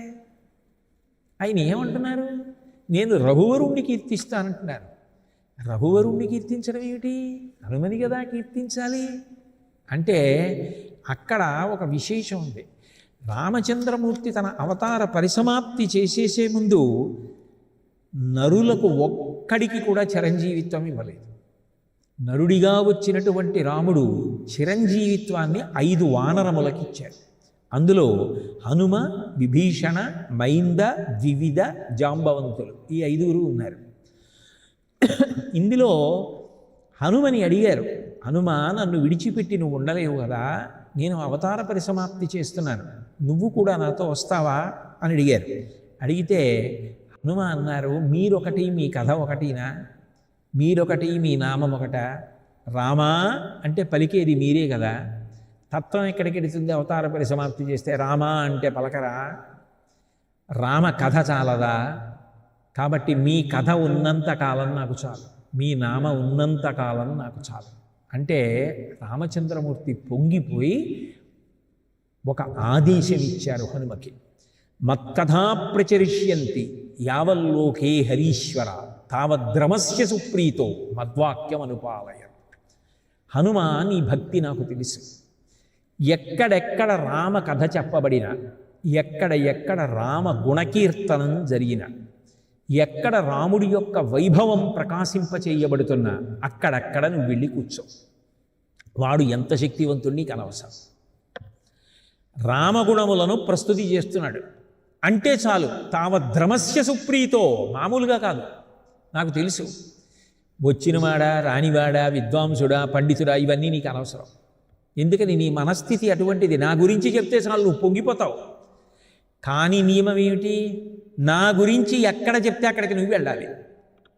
తావద్రమస్య సుప్రీతో మద్వాక్యమనుపాలయం, నా వాక్యాన్ని పరిపాలించు. మత్కథా ప్రచరిష్యంతి యావల్లోకే హరీశ్వర, లోకంలో ఎక్కడ నా కథ చెప్పబడినా నువ్వు వెళ్ళాలి. ఆయన వెళ్ళగలరు అనంత రూపాలతో, ఆయనకు వరం ఉంది. కాబట్టి నా గుణగానం జరిగితే నువ్వు వెళ్ళు. తప్పకుండా, ఇంకా నాకంతకన్నా భాగ్యం ఏమిటన్నారు. ఇప్పుడు హనుమ రావడానికి హనుమన ప్రార్థన చేయవలసిందే, రాముడి గుణగానమా? రామగుణగానం చేయాలి. రామగుణగానం చేస్తే హనుమ వస్తారు కానీ మరి హనుమ గుణగానం అవుతుందా అంటే రాముడు హనుమ అని ఇద్దరు ఉండరు. నిజానికి తత్వంలో ఉపాసన చెయ్యగా చెయ్యగా చెయ్యగా చెయ్యగా తాను ఉపాసన చేసిన వస్తువు తానైపోతాడు, ఆ గుణాలు వచ్చేస్తాయి. అట్లాగే ఒక గొట్టాన్ని తీసుకెళ్ళి మీరు ఇనప గొట్టాన్ని అగ్నిహోత్రంలో పారేశారనుకోండి, ఓ అరగంట ఉండిపోయింది, తర్వాత తీసుకొచ్చి బయటపడేశాడు. అది చూడడానికి మామూలు గొట్టంలా ఉంటుంది. ఎవడో వెళ్ళి గొట్టం కదా అని పట్టుకున్నాడు అనుకోండి, చెయ్యి కాలుతుంది. ఇప్పుడు గొట్టము వేడి రెండని వేరువేరుగా కనపడ్డాయా? కనపడవు. ఒకసారి అగ్ని యందు తప్తమైన తరువాత ఇనప గొట్టంలోకి వేడి కూడా కనపడకుండా చేరిపోయినట్టే రామ గుణగానం చేసినప్పుడు హనుమ కూడా అందులోకి అన్వయమైపోతాడు. 2 కారు కాబట్టి రాముడే హనుమ. తత్వంలో ఉపాసన చేసి ఆయన అటువంటి రమిస్తున్న స్థితిలో ఉంటారు. ఎత్ర ఎత్ర రఘునాథ కీర్తనం తత్ర తత్ర కృతమస్తకంజలిం బాష్పవారి పరిపూర్ణలోచనం మారుతిం నమత రాక్షసాంతకం. మామూలుగా కాదుట, ఇలా తలెత్తి వినట. ఆ ఆనందంతో వినడం మొదలెట్టగానే ఇలా తల వంగిపోతుందట. వంగిపోయి కంటి వెంట చుక్కా చుక్కా పడ్డం కాదుట, ధారల కింద ఆనంద భాష్పాలు కారిపోతూ అలా కూర్చుని బాష్పవారి పరిపూర్ణలోచనం, కళ్ళన్నీ నీళ్లతో నిండిపోయి ఆనంద బాష్పాలతో పరవశంతో తల ఉంచుకొని వింటూ ఉంటారట. ఎక్కడ రఘువరుని కీర్తన జరుగుతుందో అక్కడికే హనుమ వస్తారు. ఇప్పుడు హనుమని తీసుకురావాలి అంటే మార్గం ఏమిటి? రఘువర గుణగానం చేయాలి. అందుకని నేను రఘువరుని గుణగానం చేస్తున్నాను. ఏమని చేస్తున్నాను అంటే, మళ్ళీ నేనేమి రాముడి యొక్క గుణాలన్నీ రక్షిత జీవలోకస్య ధర్మస్య పరిరక్షిత రక్షితాసస్య ధర్మస్య జనస్య సురక్షిత ఇన్నన్నం. ఒక్క మాట అంటున్నాను, విమల యశ, ఆయనది స్వచ్ఛమైన కీర్తి కలిగిన రఘువరుడు అన్నాను. ఎందుకని? రఘుమహారాజు పుట్టిన కారణం చేత రఘువంశమే అంత గొప్పవైపోయింది. త్యాగాయి సంభృతార్థానాం సత్యాయ మితభాషిణాం యశసే విజిగీషూణాం ప్రజాయి గృహమైధినాం అంటాడు కాళిదాసు రఘువంశంలో. ఎంత సంపాదించినా దానం చేసేశాడు. ఎంత దిగ్విజయ యాత్ర చేసినా కీర్తి కోసం చేశాడు, హింస కోసం కాదు. ఉండాలి కీర్తి ఎందు అనురక్తి ఉండాలి. యశవునందు అనురక్తియు ప్రకృతి సిద్ధగుణంబులు సజ్జనాళికిన్ అంటాడు కదా భర్తృహరి. ఆపదలందు ధైర్యగుణ మంచిత సంపదలందు దాల్మియున్ భూపసభాంతరాళమన పుష్కళ వాక్చతురత్వము ఆజి బాహాపటు శక్తియున్ యశమునందు అనురక్తియు ప్రకృతి సిద్ధగుణంబులు సజ్జనాళికిన్ అంటాడు. ఆ కీర్తి మీద అనురక్తి ఉండాలి. నా కీర్తి మాసిపోకూడదు అన్న కోరిక ఉండాలి మనిషికి. అది సజ్జనుడికి ఉండవలసిన లక్షణం. కాబట్టి అటువంటి విమల యశ, అటువంటి రఘుమహారాజు కీర్తిని దాటిపోయినవాడు రామచంద్రమూర్తి. అంత గొప్ప కీర్తి కలిగినటువంటి వాడు మా స్వామి రామచంద్రమూర్తి. అటువంటి రామచంద్రమూర్తి యొక్క గుణములను మనసులో స్మరిస్తున్నాను. ఆయన కీర్తికి కారణమైనటువంటి గుణములను మనసులో స్మరిస్తున్నాను. ఏమిటి అంత గొప్ప గుణములు రామచంద్రమూర్తి ఎందున్నవి అనడానికి ఆయన ఏమిటి స్మరిస్తున్నారు అంటే, ఏ గుణములు వాల్మీకి మహర్షి మొట్టమొదట తన దగ్గరికి వచ్చినటువంటి నారదుణ్ణి అడిగాడో, ఏ గుణములను ఆధారం చేసుకుని రామకథంతా సంక్షేప రామాయణంగా చెప్తే 24,000 శ్లోకాల రామాయణంగా బ్రహ్మగారి మాట చేత విస్తరింపబడిందో ఆ గుణములను రాముడివి స్మరిస్తున్నాను. అదే కదా అడిగారు వాల్మీకి నారదుడు వచ్చినప్పుడు, కోన్వస్మిన్ సాంప్రదంలోకే గుణవాన్ కస్య వీర్యవాన్ ధర్మజ్ఞశ్చ కృతజ్ఞశ్చ సత్యవాక్యో దృఢవ్రతః చారిత్రేణి చ కోయుక్తః సర్వభూతేషు కోహితః విద్వాన్ కః కస్సమర్థశ్చ కశ్చైక ప్రియదర్శనః ఆత్మవాన్ కో జితక్రోధో ద్యుతిమాన్ కో ననసూయకః కస్య బిభ్యతి దేవాశ్చ జాతరోషస్య సంయుగే అని అడిగారు. 16 గుణములు కలిగిన వాడెవరు? కోన్వస్మిన్ సంప్రదంలోకే గుణవాన్ కస్య వీర్యవాన్, గొప్ప వీర్యము కలిగిన వాడెవరు? వీర్యము కలిగిన వాడు అంటే తనకి క్షతి లేకుండా చూసుకుంటూ ఇతరులను పడగొట్టడం. అటువంటి వీర్యవంతుడెవడు? ధర్మాత్ముడెవడు? సత్యవంతుడెవరు? ఎవరికి కోపం వస్తే దేవతలు కూడా భయపడతారు. ఎవరు కోపాన్ని నిగ్రహించుకోగలడు? ఎవరు సత్యము తప్ప అసత్యమును మాట్లాడడు? ద్యుతిమాన్కో, అపారమైనటువంటి తేజస్సు కాంతి కలిగిన వాడెవరు? ద్యుతిమాన్కో ననసూయక, అసూయ లేనివాడెవరు? 16 గుణములు అడిగి ఇటువంటి గుణములు కలిగిన నరుడు ఈ కాలమునందున్నాడా అని అడిగాడు. ఉన్నాడు, ఆయనే రాముడు అని నారదుడు సంక్షేప రామాయణాన్ని చెప్పాడు, రామకథని. కాబట్టి మా స్వామి యొక్క ఆ గుణములను స్మరిస్తున్నాను. మా స్వామి కథకంత అందం ఎందుకు వచ్చింది? అసలు ఆ గుణముల వలన వచ్చింది. లేకపోతే దానికి ఆకర్షణ ఏమిటి? అంత ఆకర్షణ ఏమిటి ఆ గుణాలకి? భగవత్ కథ అనేటప్పటికి అంత సంతోషం ఏమిటి? దేవేంద్రాదుల కొల్చు భంగి జనులబ్జాక్షు సేవింపగా విమల జ్ఞాన విరక్తి ముక్తిని సగున్ వేయేల భౌనాథ తత్కమలాధీశు కథా సుధారస నదీ కల్లోల మాలా పరిభ్రమ వివ్వానికెదైన కర్ణయుగళీ పర్వంబు కాకుండునే అంటారు పోతన గారు. భగవంతుని యొక్క కథ వింటుంటే ఆనంద సముద్రంలో తేలిపోతున్నట్టు ఉంటుంది. ఎందుకు ఆ కథకంత గొప్పతనం అంటే, కథ అంటే ఆయన చరిత్ర. గళంతీ శంభోత్వచ్చరిత సరిత కిల్బిషరజో దళంతీ ధీకుల్యాసరణిషు పతంతీ విజయతాం దిశంతీ సంసార భ్రమణ పరితాపోపశమనం వసంతీ మచ్చేతో హ్రదభివి శివానందలహరి అంటారు శంకర్లు. ఆ కథ అలా చెవులలోంచి వెడుతుంటే మామూలు పాయసం నోటితో తాగితే శక్తి అవుతుంది. భగవంతుని యొక్క గుణములనబడేటటువంటి ఆయన యొక్క చరిత్ర, ఆయన కథలు చెవులలోంచి వింటుంటే అమృతం చెవులలోంచి లోపలికి వెళ్ళి ఇక మళ్ళీ పుట్టవలసిన అవసరాన్ని పోగొట్టగలిగినటువంటి రీతిలో సంసార సముద్రమునందు మళ్ళీ పుట్టి మళ్ళీ చచ్చి తిరగడానికి కావలసినటువంటి ప్రధాన లక్షణములైనటువంటి రజోగుణమనబడేటటువంటి ధూళి ఎగరకుండా అణిచేస్తుంది అమృత ప్రవాహమై. కాబట్టి నాకు ఆ గుణములను గురించినటువంటి వ్యామోహం, అందుకు నాకు ఆ భగవత్ కథ అంటే అంత ప్రీతి. అందుకని ఆయన్ని ఎప్పుడూ తలుచుకుంటూ ఉంటాను. అది కదూ కబీర్దాస్ గారు అంటాడు, ధరతీ సబ్ కాగతి కరవు లేకిని సబ్ బనరాయి సాత సమంతకి మసికరవు హరిగుణ లిఖా నజాయ్ అన్నాడు. ఈ భూమిని అంతటినీ ఎవరైనా కాగితం చేసి నాకు ఇచ్చేస్తే, సప్త సముద్రాలలో ఉన్నటువంటి పదార్థాన్ని సిరా చేసేస్తే, అరణ్యాలలో ఉన్నటువంటి చెట్ల కలపనంతటినీ కలం చేసేస్తే, ఆ కలంలో ఈ సిరా పోసుకుని ఈ కాగితం మీద వ్రాయడం మొదలు పెడితే భగవద్గుణములను వర్ణించడానికి నాకు సరిపోదు అన్నాడు. అవి భగవంతుని యొక్క అనంత గుణ వైభవం. అది కదా భాగవతంలో రుక్మిణీదేవి అంటుంది, ధన్యున్ లోకమనోభిరాము కుల విద్యారూప తారుణ్య సౌజన్య శ్రీ బల దాన శౌర్య కరుణా సంశోభితున్ నిన్నే కన్యల్ కోరరు కోరదే మురురమా కాంతాలలామంబు రాజన్యానేకప సింహ నా వలన నీ జన్మించనే మోహములు నిన్నే కన్యల్ కోరరు. ఈ ఒకటా రెండా? అనంత కళ్యాణ గుణ సంపన్నుడవి శ్రీహకాంతాయ కళ్యాణ నిధయే నిధయేర్దినాం శ్రీవేంకట నివాసాయ శ్రీనివాసాయ మంగళం అంటాం కదా. శ్రీహకాంతాయ కళ్యాణ నిధయే నిధయేర్దినా, నిధి కళ్యాణ గుణాలకి. అంత గొప్ప మహానుభావుడివి, అన్ని గొప్ప గుణములు కలిగినటువంటి భగవంతుడు ఉన్నాడే, ఆ రామచంద్రమూర్తి ఉన్నాడే, ఆ కథ ఎంత చెప్పినా అందమే. రామాయణం ఓసారి విన్నాం కదండి అన్నవాడు ఉంటాడు ఆ లోకంలో. ఎన్ని మాటలు రామకథ విన్నా రామకథే. శ్రీరామ నీ నామం ఎంత రుచిరా, ఎంత రుచి ఎంత రుచి ఎంత రుచిరా, పాలు తేనెల కన్నా పంచదార తేనెల కన్నా శ్రీరామ నీ నామం ఎంత రుచిరా అంటారు కాదు. పాలు పంచదారల కన్నా నెయ్యి తేనెల కన్నా శ్రీరామ నీ నామం ఎంత రుచిరా అని. ఆ రామకథ రామనామం అంత గొప్పవి. ఆ కథ మీద ఆసక్తి కలిగే నామం పట్టుకున్నాడా తరించిపోయాడు. హరునకు విభీషణున కద్విజకున్ తిరుమంత్రరాజమై కరిగిన హల్యకున్ ద్రుపద కంజకు నార్తి హరించ చుట్టమై పరగిన ఎట్టిని పతితపావన నామము నాదు జిహ్వపై నిరంతరము నటింపచేయుమి కదా శరథి కరుణాపయోనిధి అంటాడు మహానుభావుడు గోపరాజు గారు. నీ నామం నా నాలుక మీద నర్తింపచేయవయా రామ అంటాడు. రామా అని పిలిస్తే చాలు సమస్త పాపములు దహించుకుపోయే అమృత బీజము. అట్లాగే అది మహాద్భుతమై అగ్నిబీజము రెండిటి యొక్క సంధానమైంది. అందుకే రా అంటే పాపములు కాలిపోయి మా పెదవులు మూసుకున్నాయి కాబట్టి ఇక లోపలికి ప్రవేశించవు. అమృతత్వాన్ని ఇచ్చింది. అంత గొప్ప నామం. పురుషార్థ బలప్రదాత. ఆ స్వామి యొక్క గుణములు అంత గొప్పవి కాబట్టి ఎప్పుడూ కూడా ఏది చేసినా పైకి కఠినంగా కనిపించచ్చు కానీ ఆ భగవంతుని యొక్క గుణములను నిరంతరం స్మరించేటటువంటి వాడి యొక్క మనసు నిజానికి నవనీతంలా ఉంటుంది. లోపల వెన్నపూస ఎలా ఉంటుందో అలా ఉంటుంది.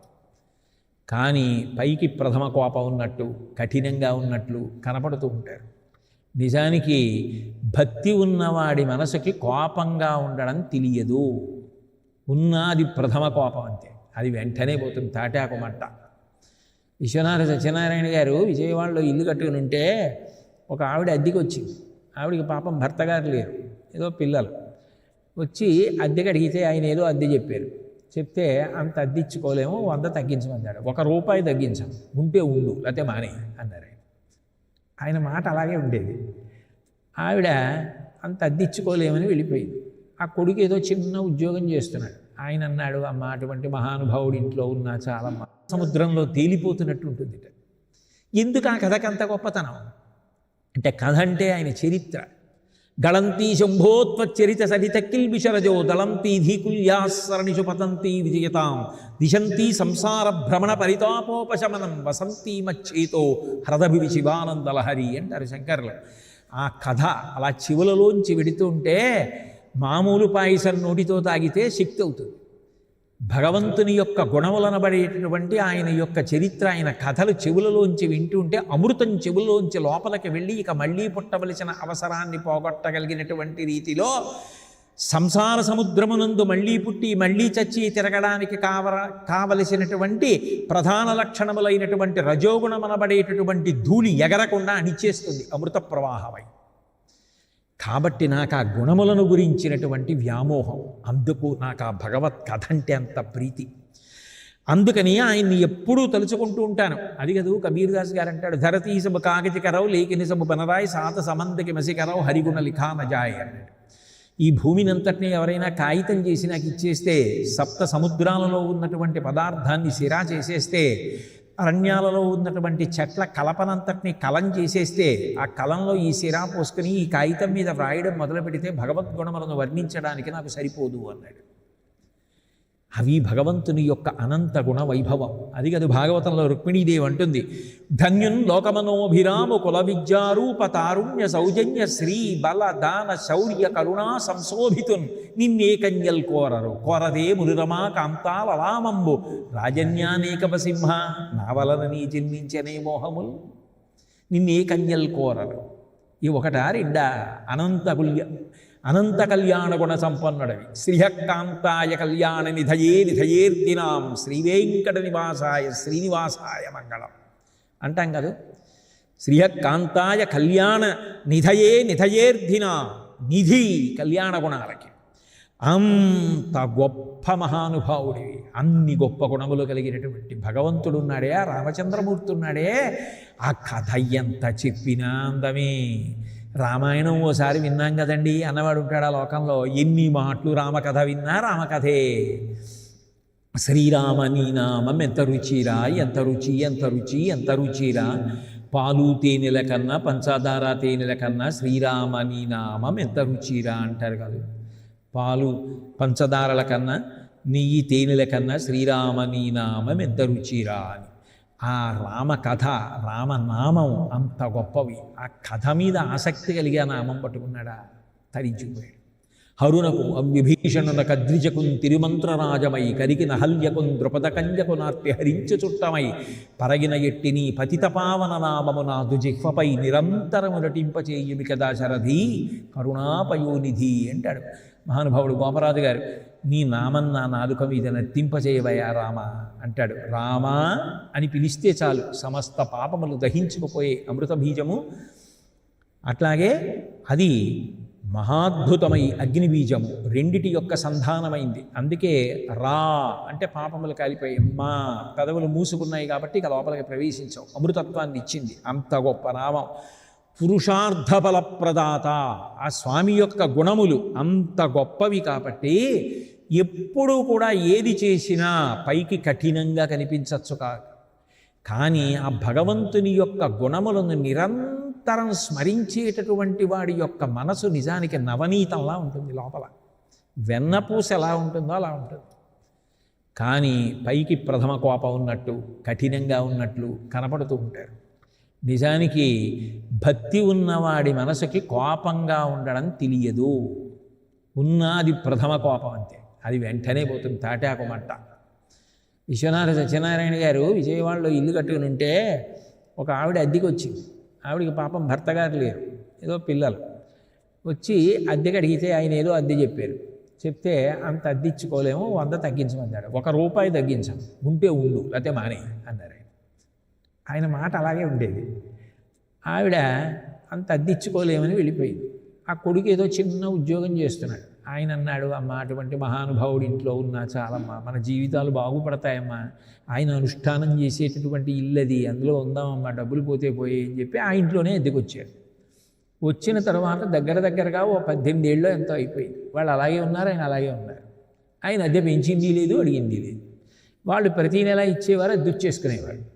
వాళ్ళ కష్ట సుఖాలు మాత్రం పరికిస్తూ ఉండేవారు. వాళ్ళ అమ్మాయి పెళ్లి కుదిరింది, పట్టుకెళ్ళి శుభలేఖ ఇచ్చారు. వాళ్ళు, మా అమ్మాయి పెళ్లి కుదిరిందండి. పడక కుర్చీలో పడుకుని ఉన్నారు. ఆహా, పెళ్లి కుదిరిందా, ఎంత ఖర్చు అవుతుందో అన్నారు. వాళ్ళు ఏదో ఇంత అని చెప్పారు. ఆహా అన్నారు అంతే. ఆ తర్వాత పక్కవాట రాత్రి ఆ తల్లి కొడుకు ఇంత డబ్బు ఎక్కడి నుంచి తేవాలో ఏమిటో మంచి సంబంధం అని మాట్లాడుకుంటున్నారు. మర్నాడు పొద్దున్న 11ంటికి వాళ్ళిద్దరినీ పిలిచారు, తల్లిని కొడుకుని పిలిచి వాళ్ళకి ₹1,00,000 చేతిలో పెట్టి హాయిగా పెళ్లి చేసుకోండి, అప్పు చేయకండి అన్నారు. వాళ్ళు కాళ్ళ మీద పడిపోయి ₹1,00,000 అన్నారు. నేనేం కొత్తగా తెచ్చి ఇచ్చానా, మీరు ఇచ్చిన డబ్బే బ్యాంకులో వేశాను, అది మీరే అద్దె అన్న పేరుతో ఇచ్చారు, మీ కుటుంబానికి పనికొస్తుందని పుచ్చుకున్నాను, ఆ డబ్బే మీకు ఇచ్చా, నేనేం కొత్తగా ఏం మీకు ఉపకారం చేయలేదు, నన్నేం మీరు స్తోత్రం చేయక్కర్లేదన్నారు. ఆయన డబ్బులతో వెండి బిందెలు కొనిచ్చారు ఆ అమ్మాయికి. ఆయన ఆ రోజున పెళ్లిలో వచ్చిన వాళ్ళందరికీ వడ్డిస్తూ ఉంటే విశ్వనాథ వారు వడ్డిస్తున్నారని ఎంత సంతోషపడిపోయి తిన్నారు. ఆఖరణ ఆయన భోజనం చేస్తుంటే అందరూ వడ్డించేవాళ్ళే, సహజం కదా, అందరూ ఆయనకి వడ్డించేవాళ్ళే. అంటే పైకి కఠినంగా ఉన్నట్టుంటారు, లోపల అంత ఆర్ద్రత. ఎందుకని అంటే అది అంటించుకున్నది కాదు, తెచ్చిపెట్టుకున్నది కాదు. భగవంతుని యొక్క గుణముల చేత తడిసిపోయిన మనసులు ఎప్పుడూ అంతే, అవి ప్రేమతో నిండిపోయి ఉంటాయి, అవి తట్టుకోలేవు, పరమ సుకుమారమైపోతాయి ఆ మనసులు. అది మనం చేసుకుందామంటే రాదు, అది ఆ భగవంతుని యొక్క గుణస్పర్శ చేత వస్తుంది. ఆ కథకున్న గొప్పతనం అది. ఆ సౌకుమార్యంతో ఉన్నవాడు ఇతరులు కష్టపడితే తట్టుకోలేడు, ఇతరుల దుఃఖాన్ని తాను తట్టుకోలేడు, అందుకే పాపమునకు కారణము కాలేడు. ఇతరులు బాధపడుతున్నారేమో అని అనుమానం వచ్చినా సరే తాను సుఖపడలేడు, తాను సంతోషపడలేడు. అది తాను తెచ్చిపెట్టుకున్నది కాదు, అది భగవంతుని యొక్క గుణ సంకీర్తనము చేత వచ్చేటటువంటి రక్షణ. నవనీతమవుతుంది మనసు, అంత గొప్పది. అప్పుడు పురుషార్థములు సిద్ధించకుండా ఎలా ఉంటాయి?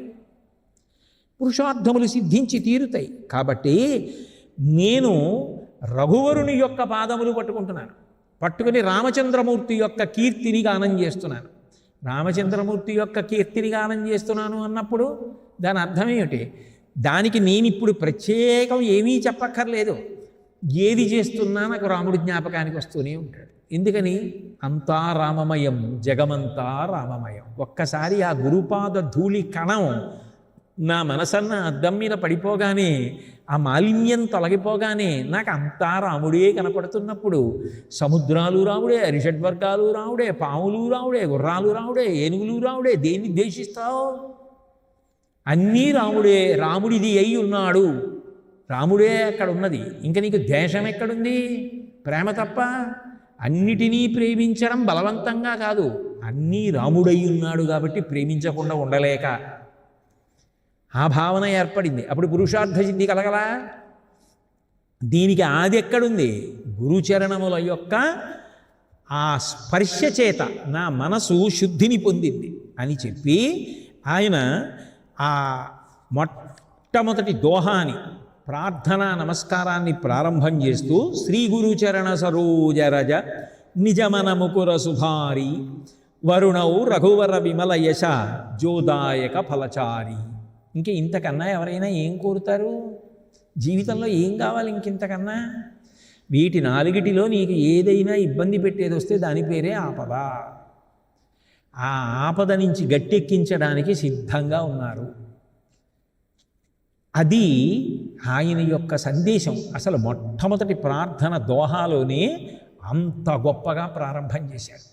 ప్రారంభం చేస్తున్నారు. రెండో ఆ దోహా దగ్గరికి వచ్చేటప్పటికీ ఆ ప్రార్థనని ముందుకు తీసుకెడతారు. ముందుకు తీసుకెడుతూ బుద్ధిహీన తనుజానికై సుమిరౌ పవన కుమార్ బలబుద్ధి విద్యా దేహు ముహిం హరహు కలేశ వికార్. క్లేశ అంటుంటారు కొంతమంది పాఠాంతరం. హరహు కలేశ వికార్ అంటారు. బుద్ధిహీనత వల్ల వచ్చింది నాకు ఈ శరీరం అని మొదలుపెట్టారు. అయితే ఇది ఏం చేయాలి? ఈ సత్యాన్ని గ్రహించి నాకు బలాన్ని, బుద్ధిని, విద్యని వాయుకుమారుడైనటువంటి హనుమ ఇవ్వాలి. ఇస్తే ఈ జన్మ తరిస్తుంది, ఈ పడవ తరిస్తుంది, ఇది సముద్ర తరణం చేస్తుంది. అక్కడ హనుమ కీర్తనం ప్రారంభం చేశారు. అంటే హనుమ అంటే మొట్టమొదట ఎక్కడ మొదలుపెట్టారు అంటే సంసార సాగర తరణం చేయించడానికి కావలసినటువంటి బలము, బుద్ధి, విద్య నాకు కావాలి. అది హనుమ నాకు కటాక్షించాలి. ఎట్లా? ఏమిటి ఆ భావంలో ఉన్న గాంభీర్యం? దీన్ని మళ్ళీ రేపు సాయంకాలం 6:30 తిరిగి కలుసుకున్నప్పుడు ఆ దోహాన్ని పరిశీలనం చేద్దాం. మంగళాశాసనపరై పదాచార్య పురోగమై సర్వైశ్చ పూర్వైరాచార్యై సత్కృతాయాస్తు మంగళం. మంగళం కోసలేంద్రాయ మహనీయ గుణాత్మనే చక్రవర్తి తనూజాయ సర్వభౌమాయ మంగళం. ఉమాకాంతాయ కాంతాయ కామితార్థప్రదాయినే శ్రీగిరీశాయ దేవాయ మలినాథాయ మంగళం. సర్వం శ్రీ ఉమామహేశ్వర పరబ్రహ్మార్పణమస్తు. స్వస్తి.